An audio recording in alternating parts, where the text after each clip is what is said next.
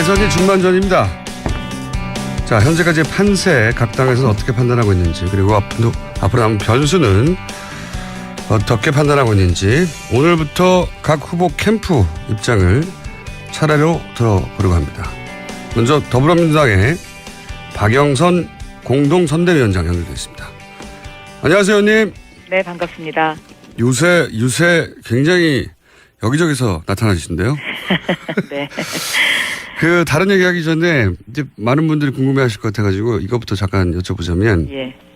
의원님이 이제 소위 이제 지금은 비문 진영이라는 말 자체가 등장도 하지 않지만, 네. 비문 진영의 어떤 상징처럼 여러 언론이 보도를 해왔고, 의원님도 그런 발언도 하셨는데, 지금은 뭐랄까요, 문재인 후보 가장 가까이서 유세를 지원하고 계시단 말이죠.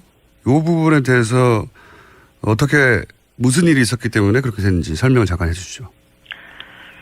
후보께서 절실한 요구가 있었습니다. 어떤 절실한 요구라냐면은 압승할 수 있도록 도와달라. 네. 그런데 왜 압승을 해야 하느냐? 국민들이 바라는 국가 개혁을 위해서. 이 개혁이라는 것이 부패 기득권 세력의 저항이 정말 만만치 않지 않습니까? 근데 그 부패 기득권 세력이라 함은 우리 국민 전체로 보면 한 1% 정도밖에 되지 않습니다. 근데 이분들의 어떤 그 저항을 막아내는 힘은 곧 국민으로부터 나온다라고 저는 보고 있는데요. 그 국민으로부터 나오는 그 힘이 이번 5월 9일 대통령 선거에서 기호 1번 문재인 후보를 압승할 수 있도록 도와주는 것. 저는 그렇게 이해를 했고 거기에 제가 적극적으로 동참해야 되겠다라고 생각했습니다. 이번 유세를 같이 하시면서 혹시 문재인 후보에 대한 뭐 판단이나 또는 뭐 인상이나 이해나 여기 바뀌셨나요? 좀 바뀌셨습니다. 옛날보다 많이 유연해지셨고요. 그리고 통합이라는 것이 앞으로 얼마만큼의 역설적으로 국가 개혁을 할 수 있는 힘이라는 것을 후보 자신도 굉장히 그 신념을 확고히 하고 계시다라는 것을 느꼈습니다. 네. 문재인 후보가 바뀐 것을 여쭤본 것은 아닌데 그거는 이제 답변으로 들었고요. 제가 이제 궁금했던 건 뭐냐면 의원님이 가까이서 보시기에 유세를 같이 하시다 보니 의원님의 문재인 후보에 대한 인식이 변화가 있었는지. 저는 사실 2012년 대선 때요. 네. 처음부터 끝까지 제가 후보와 호흡을 하면서 그 당시에 선거를 치렀기 때문에 네. 후보에 대한 어떤 저의 생각과 뭐 후보와의 어떤 그 소통 문제라든가 또 후보의 생각 이런 것들을 저는 비교적 다른 사람보다 좀 경험으로 많이 느끼고 있는 사람입니다. 네. 그런데 제가 그 후보를 바라보는 어떤 그런 생각 에 있어서의 문제점은 후보에게 문제가 있었다기보다는 후보 주변에 있었던 분들의 어떤 그 생각과 변화를 제가 요구했던 것이고 이번에도 후보에게 그런 말씀을 많이 드렸었는데 지금은 후보 주변에 계셨던 분들의 생각과 변화도 많이 있다라고 저는 생각합니다. 예를 들면 과거에는 그 후보와 호흡을 같이 하는 분들이 대부분 옳은 것을 추구하는 것에 대한 강한 방점을 찍고 이것을 반대하는 분들에 대해서는 진한 소통을 하려는 노력 같은 것을 좀 덜 하지 않았나 하는 것에 대한 이제 제 생각이 있었었는데요. 네. 요즘 이제 보면은 그 반대의 생각을 가지신 분들과도 굉장히 소통하려고 하는 그런 진지한 모습을 많이 봤습니다. 네. 그러면 2012년 문재인과 2017년 문재인은 어떤 방식으로 업그레이드든 뭐 변화했나요? 2012년보다 2017년의 문재인은 좀 더 단단해졌다라고 느껴지고요. 그리고 또 하나는 단단해지면서 유연해졌다라고 생각합니다. 그런데 저는 이 단단과 유연이 반대의 개념인 것 같지만 사람이 자기 원칙이 분명하고 심지가 굳으면 그 어떠한 반대하는 사람도 설득해서 받아들일 수 있다라고 생각하고 또 그 반대하는 사람의 의견을 충분히 본인도 이해하려고 노력할 수 있는 그러한 여유가 생긴다라고 생각합니다. 그런 차이점이 있다라고 저는 보고 있습니다. 또 한 가지 곤란할 수 있는 질문은 이제 이현주 의원에 이어서 앞서 이현주 의원보다 앞서 탈당했던 이제 최명길 네. 의원이 국민의당 입당했지 않습니까? 예. 두 의원 모두 더불어민주당 출신인데 그리고 결국은 국민의당에 갔는데 네. 더불어민주당이 이제 이 의견이 다른 의원들을 제대로 포용하지 못했다. 네. 이렇게 비판할 수 있지 않겠습니까? 그렇죠. 네. 그래서 그분들을 좀 더 설득할 수 있는 노력이 있었으면 하는 그런 아쉬움이 남아 있습니다. 네. 그런데 앞으로는 아마 그런 어떤 의견이 다른 의원들의 의견을 끝까지 경청하고 또 무엇이 다른지에 대해서 깊이 생각하는 그러한 노력이 더 있을 것이다라고 저는 생각하고 있습니다. 네. 두 분 모두 이제 김종인 전 대표와 가깝다 이렇게 평가받는데 네. 혹시 김종인 전 대표가 안철수 후보를 후원한다든지 지지한다든지 뭐 이런 가능성에 대해서 어떻게 전망하십니까? 현재까지로는 네.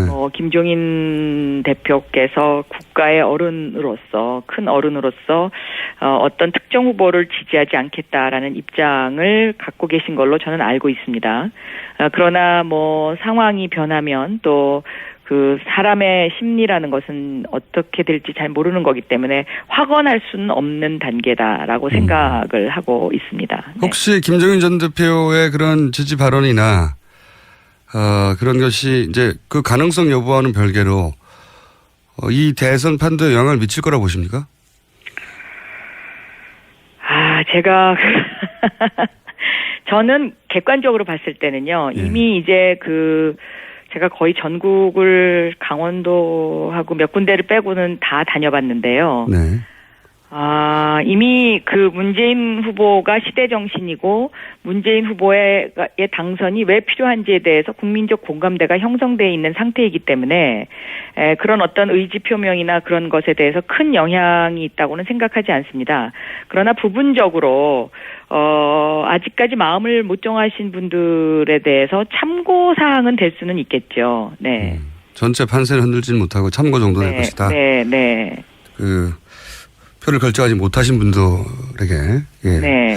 이거는 어떻게 판단하십니까? 지금 양강구도가 무너졌다는 것은 이제 여론조사 수치로 네. 대부분 그래서 1강 1중으로 재편되는 거 아니냐. 예. 네, 네. 이렇게들 보는 것은 무리가 없는 것 같은데 자, 그러면 안철수 후보 지지율이 빠져서 부동층으로 갔다가 결국은 이제 어딘가로 다시 모여야 하지 않습니까? 그렇습니다. 앞으로의 판세는 어떻게 보십니까?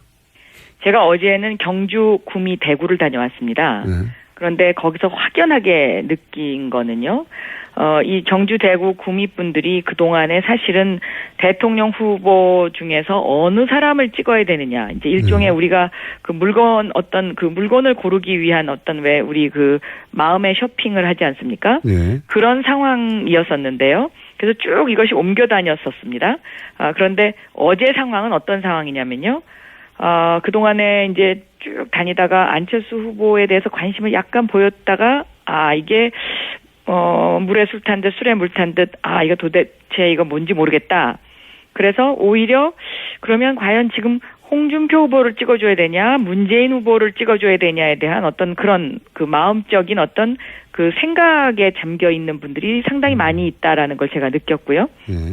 또 하나의 새로운 흐름은 홍준표 후보를 찍어줬는데 과연 그러면 우리가 이 홍준표 후보를 찍어줘서 정의로운 대한민국과 새로운 대한민국을 만들겠다는 이 거대한 물결의 주인이 될 것이냐 아니면 맨 꼴찌에 서야 되느냐 이런 고민도 또 하고 있는 것 같습니다. 그렇기 때문에 이번에는 그냥 문재인 후보 기호 1번을 찍어야 되는 것 아닌가 이러한 생각으로 지금 접어들고 있는 단계가 아니냐 저는 이렇게 보고 있습니다. 네. 보수 표심도 안철수 후보에서 떠나서 홍준표 후보로 다 가는 게 아니라 네. 문재인 후보에게로 올 수도 있다 이렇게 판세를 네. 상당히 고민을 많이 하고 계신 것 같습니다. 네. 지금 이제 홍준표 후보 같은 경우에는 보수 이제 안철수 후보로부터 이렇게 빠져나오는 지지율이 자신한테 몰릴 것이다. 결국은 홍준표 후보가 전통적인 양강구도, 그러니까 진보 보수 양강구도로 선거를 막판에 맞이하게 될 것이다. 이게 이제 전략이고 지금 거기까지는 안 갔지만 지지세가 상승 국면인 건 맞지 않습니까? 홍준표 후보가? 그렇죠. 약간의 상승세를 타고 있는 건 맞습니다. 그런데 이제 혹시라도 2번, 3번이 골든 크로스가 이루어지면 안철수 후보에게 확 쏠렸던 것처럼 홍준표 후보에도 확 쏠릴 수 있는 가능성이 있지 않을까요? 저는 그렇게까지는 보지는 않습니다. 예. 그렇게 보지 않는. 왜냐하면 국민들이 깨어있는 국민들이 많으시기 때문에 이번에는 그 보수 진보가 중요한 것이 아니라 변화하는 새로운 대한민국을 만들어야 된다라는 그 물이 고이면 썩게 마련이다라는 그러한 그 논리에서 그 판단의 근거를 생각하시는 국민들이 상당히 많이 있다라고 저는 보고 있습니다. 바른정당의 단일화 시도는 어떻게 보십니까? 그 가능성을. 단일화 시도요. 예. 저는 그게 그렇게 쉽게 될까 생각하는데요. 왜냐하면 유승민 후보가 훌륭한 후보입니다. 그런데 만약에 바른정당이 사퇴를 한다 그러면 정당의 존립 근거가 이제 위기를 맞게 되니까요. 그래서 그 일은 그렇게 쉽게는 일어나지 않을 것 같다. 저는 그렇게 생각하고 있습니다. 가능성이 없지는 않다고 여전히 보시는 거예요? 네, 없지는 않습니다. 뭐 생각해볼 카드죠. 그러나 그것이 또 미치는 후유증, 그 후의 후유증을 생각한다면 저는 그 일이 그렇게 쉬울까 생각합니다. 네. 그러면 그 조합은 어떻게 보십니까? 만약에 그런 가능성이 남아있다면 3자 원샷은 뭐 공이 다 어려울 거라고 얘기들 하는데 자유한국당과 바른당의 가능성과 이제 바른당과 국민의당과의 가능성 이 두 가지 정도가 그나마 남아있는 가능성인 것 같은데 어느 쪽이 더 높다고 보십니까? 저는 그거 새 정당의 문제는 결국은 제로섬 게임이라고 생각하거든요. 예. 그러니까 서로의 모순에 빠지게 됩니다. 예를 들면 뭐 국민의당과 자유한국당이 합친다. 그러면 자유한국당에 대해서 안철수 후보가 그동안에 부패 기득권 세력이라고 이야기해왔지 않았습니까? 예. 그러면 자유한국당하고 합치는 순간 호남 분들이 그 안철수 후보의 지지를 철회할 거고요. 저는 바른정당하고의 관계도 그러한 어떤 제로섬 게임, 시속 게임의 연장선상에서 굉장히 풀기 어려운 해법이다라고 저는 보고 있습니다. 자유한국당과 바른당은요? 자유한국당과 바른당은 서로가 지금 그 감옥에 들어가야 될 뿐이다라고 지금 그런 정도까지 가 있지 않습니까? 그런데 그 두 세력이 다시 합친다 그러면 결국은 박근혜 대통령을 탄핵한 그 세력과 탄핵 반대 세력이 같이 합치게 되는 그런 또 모순에 빠지는 것이죠. 그래서 그 문제에 대한 원칙적인 어떤 그 가치를 어떻게 해석할 거냐 이것은 답이 없는 그런 상황이다라고 저는 봅니다. 상당히 어려운 일이 될 것이라고 전망하시는 거고. 네. 그러면 막판에 남아있는 변수는 뭐가 있다고 보십니까? 지금은 북풍입니다.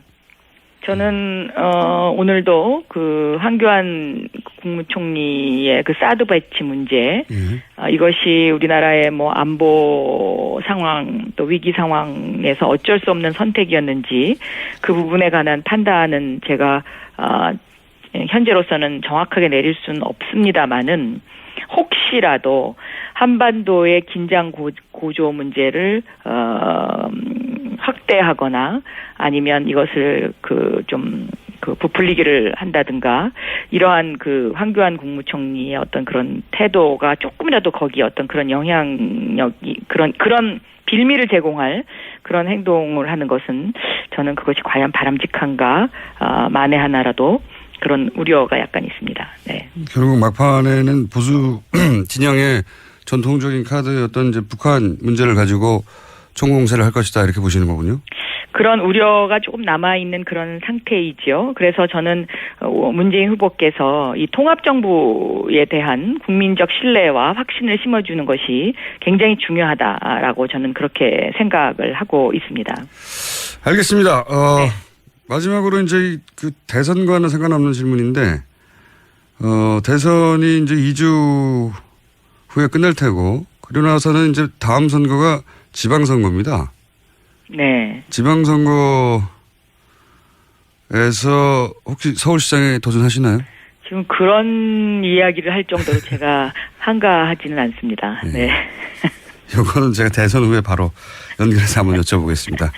네. 네, 오늘 말씀 감사합니다. 네, 감사합니다. 네. 네. 지금까지 더불어민주당 박영선 공동선대위원장이었습니다. 님의 문재인 후보에 대한 인식이 변화가 있었는지. 저는 사실 2012년 대선 때요. 네. 처음부터 끝까지 제가 후보와 호흡을 하면서 그 당시에 선거를 치렀기 때문에 네. 후보에 대한 어떤 저의 생각과 뭐 후보와의 어떤 그 소통 문제라든가 또 후보의 생각 이런 것들을 저는 비교적 다른 사람보다 좀 경험으로 많이 느끼고 있는 사람입니다. 네. 그런데 제가 그 후보를 바라보는 어떤 그런 생각에 있어서의 문제점은 후보에게 문제가 있었다기보다는 후보 주변에 있었던 분들의 어떤 그 생각과 변화를 제가 요구했던 것이고 문재인 후보를 압승할 수 있도록 도와주는 것 저는 그렇게 이해를 했고 거기에 제가 적극적으로 동참해야 되겠다라고 생각했습니다. 이번 유세를 같이 하시면서 혹시 문재인 후보에 대한 뭐 판단이나 또는 뭐 인상이나 이해나 여기 바뀌셨나요? 좀 바뀌셨습니다. 옛날보다 많이 유연해지셨고요.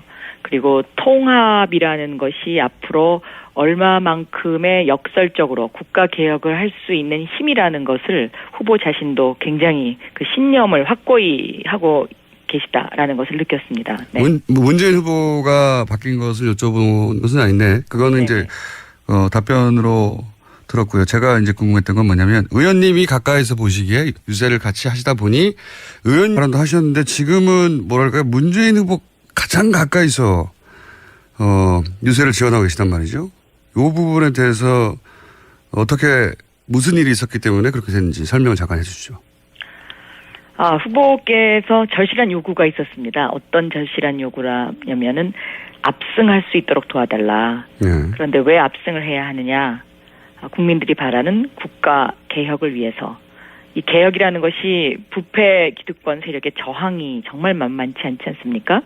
근데 그 부패 기득권 세력이라 하면 우리 국민 전체로 보면 한 1% 정도밖에 되지 않습니다. 근데 이분들의 어떤 그 저항을 막아내는 힘은 곧 국민으로부터 나온다라고 저는 보고 있는데요. 그 국민으로부터 나오는 그 힘이 이번 5월 9일 대통령 선거에서 기호 1번 대선이 중반전입니다. 자, 현재까지의 판세 각 당에서는 어떻게 판단하고 있는지 그리고 앞으로 남은 변수는 어떻게 판단하고 있는지 오늘부터 각 후보 캠프 입장을 차례로 들어보려고 합니다. 먼저 더불어민주당의 박영선 공동선대위원장 연결되어 있습니다. 안녕하세요, 의원님. 네, 반갑습니다. 요새 굉장히 여기저기서 나타나시는데요. 네. 다른 얘기하기 전에 이제 많은 분들이 궁금해하실 것 같아가지고 이것부터 잠깐 여쭤보자면, 예. 의원님이 이제 소위 이제 지금은 비문 진영이라는 말 자체가 등장도 하지 않지만, 네. 비문 진영의 어떤 상징처럼 여러 언론이 보도를 해왔고, 의원님도 그런 이번에도 후보에게 그런 말씀을 많이 드렸었는데 지금은 후보 주변에 계셨던 분들의 생각과 변화도 많이 있다라고 저는 생각합니다. 예를 들면 과거에는 그 후보와 호흡을 같이 하는 분들이 대부분 옳은 것을 추구하는 것에 대한 강한 방점을 찍고 이것을 반대하는 분들에 대해서는 진한 소통을 하려는 노력 같은 것을 좀 덜 하지 않았나 하는 것에 대한 이제 제 생각이 있었었는데요. 네. 요즘 이제 보면은 그 반대의 생각을 가지신 분들과도 굉장히 소통하려고 하는 그런 진지한 모습을 많이 봤습니다. 네. 그러면 2012년 문제인과 2017년 문제는 어떻게